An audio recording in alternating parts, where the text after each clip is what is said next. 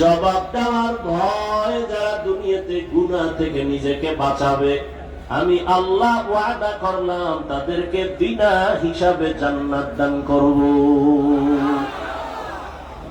আল্লাহর আদালতে দাঁড়ায়া হিসাব দেওয়ার ভয় কেন? বলে আল্লাহর আদালত বড় ভয়ঙ্কর আদালত হবে, যে আদালতের মধ্যে রহমতের নবী বলেন মানুষগুলো সব উলঙ্গ দাঁড়ায় যাবে, নারী আর পুরুষ সব উলঙ্গ দাঁড়াবে। আম্মা জান আয়েশা রাদিয়াল্লাহু তাআলা আনহা বলেন, ইয়া রাসূলুল্লাহ, হাসরের ময়দানে নারী পুরুষ যে উলঙ্গ দাঁড়াবে, একজনে আরেকজনের দিকে তাকায় কি লজ্জা হবে না? রহমতের নবী বলেন, ও আয়েশা, হাসরের ময়দানে তো ভয়ঙ্কর হবে, একজন আরেকজনের দিকে তাকাবার হুঁশ কারো থাকবে না। আম্মা জান আয়েশা বলেন, আমি প্রায় সময় দেখি আমার হুজরায় বসে রহমতের নবী মাঝে মাঝে গুনগুন গুনগুন করে কান্না করেন। আমি আয়েশা বড় ভয় রহমতের নবী আমার কোন বেয়াদবির কারণে কষ্ট পেয়ে কাঁদেন নাকি।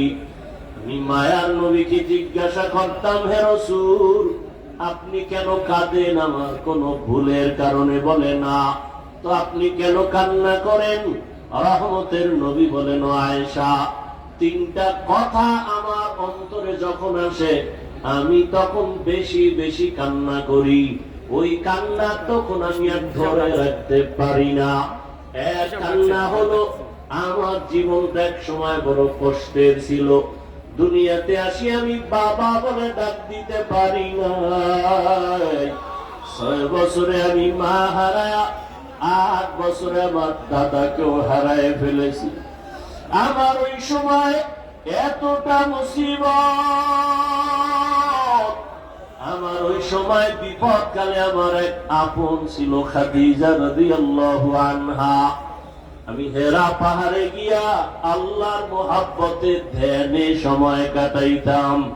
ওই খাদিজা আমার জন্য মাঝে মাঝে নাস্তা নিয়ে হাজির হয়ে যাইত। বেঈমান মুশরিকেরা আমাকে চলার পথে বারবার আক্রমণ আর কাটা দিত, চলতে না পারি। এতটা অত্যাচার, এক পর্যায়ে মুশরিক আমার দুশমনেরা একদিন আর দুদিন না 3 বছর পর্যন্ত আমাকে শিয়াবে আবু তালিবের মধ্যে গৃহবন্দী করে রাখছে। আমার 4 কন্যা সহ আমার খানাও নাই, পানিও নাই, বড় কষ্টের জীবন। 3টা বছর পর্যন্ত কোনো খানা নাই, পানি নাই। আমি রহমতের নবী গাছের পাতাগুলো ছিঁড়ে ছিঁড়ে চাবাইয়া চাবাইয়া ওই গাছের পাতাকে পেটের ক্ষুধা নিবারণ করেছি। ওই খাদিজা তখন বড় নিরাপদ, তারপরও আমার মহব্বতে ওই শিয়াবে আবু তালিবের মধ্যে আসিয়া তিনিও আমার কষ্ট ভাগাভাগি করে নিয়েছেন। ওই খাদিজা, আমি দাওয়াতের কাজ করিয়া যত রাতে আসতাম, সালাম দেওয়া মাত্র দরজা খুলে যাইত। ও খাদিজা, যত রাত আমি আইসা সালাম দেই, আপনি কি ঘুমান না? খাদিজা বলেন, ইয়া রাসূলুল্লাহ, আমি জানি আপনার মা নাই, আপনার বাবাও নাই। আমি খাদিজা 2 জন স্বামীর বিদায়ের পরে আপনার ঘরে আছি। ওরে, আপনার মা যদি থাকতেন আপনাকে বাহিরে রেখে ঘুমাইতেন না। আপনার মায়ের আদর পান নাই, বাবার মোহাব্বত আপনি পান নাই। আমি খাদিজা এগুলো মনে করে আমি ঘুমাই না।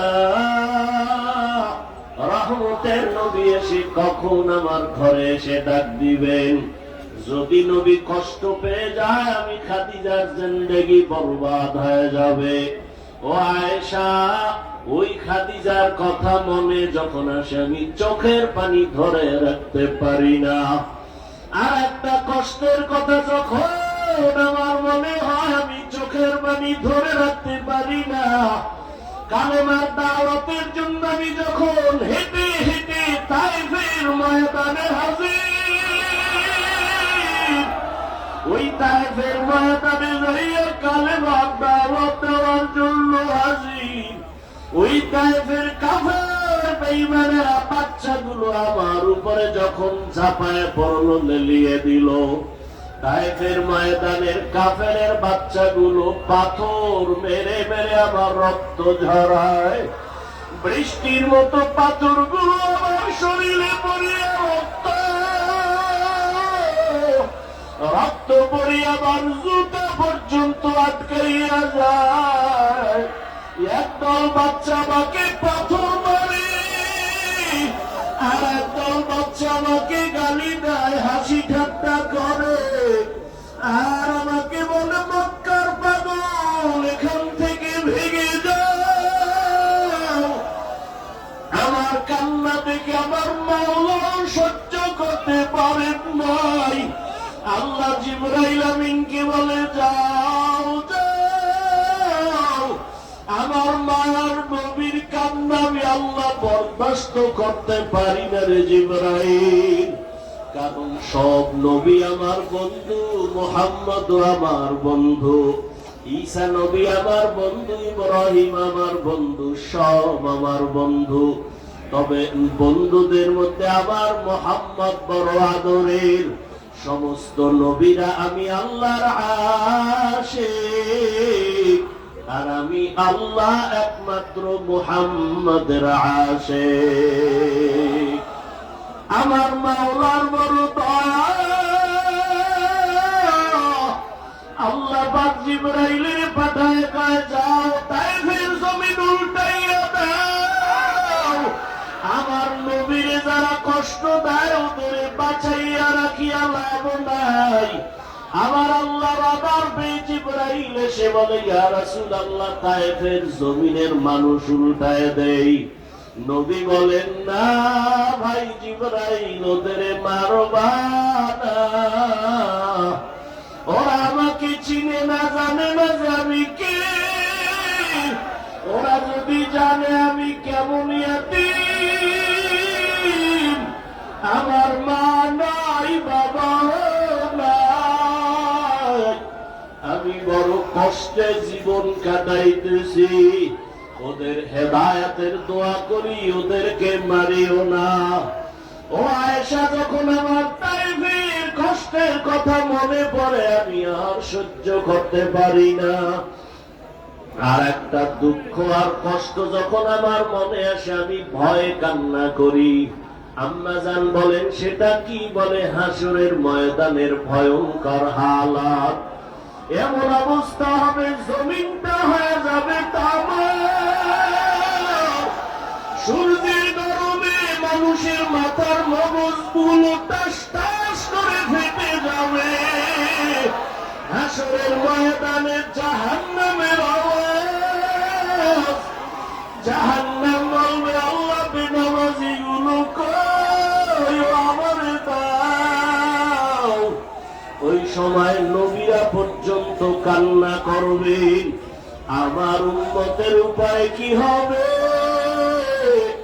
এই ভয় আমি কান্না করি, আমার উম্মতের কেমন হালাত হবে। দুনিয়াতে সূর্যের গরম সহ্য করা যায় না, বেতের বাড়ি সহ্য করা যায় না, গুনাহগারের জাহান্নামের আগুনের গরম বড় ভয়ঙ্কর। আমার নবী উম্মতের হালাতের কথা চিন্তা করে কান্না করেন। আল্লাহ ডাক দেয়, বান্দা কত আর গুনাহ করবা, আবার আদালতে দাঁড়াইয়া হিসাব দেওয়ার ভয়। সময় থাকতে তওবা করো আর বলো, হে মালিক, ওরে গুনার কারণে আমার হাত না পাক, আমার চোখ না পাক, আমার জিহ্বা না পাক, আমার অন্তর না পাক। ও আল্লাহ, তওবা করি আর গুনাহ করব না রে আল্লাহ। এ জীবনে না করিলাম বন্দেগী, গুনাহ করে কাটাই না জিন্দেগি, গুনাহ করে কাটাই না জিন্দেগি, তওবা করে আবার তওবা ভাঙিলাম, তওবা করে আবার তওবা ভাঙিলাম, অবশেষে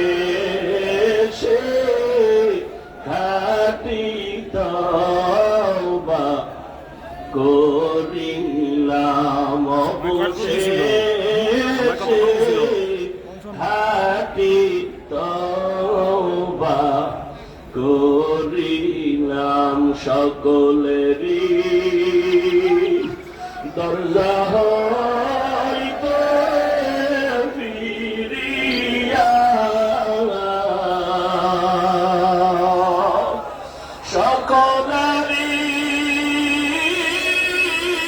দরজা হইতে ফিরিয়া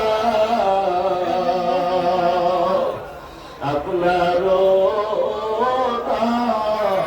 দরজায় রইলাম তাকায়া, আপনি যদি মাফ না করেন বান্দারে, আপনি যদি মাফ না করেন বান্দারে, বলে না আপনার বান্দা যাবে কার দ্বারে।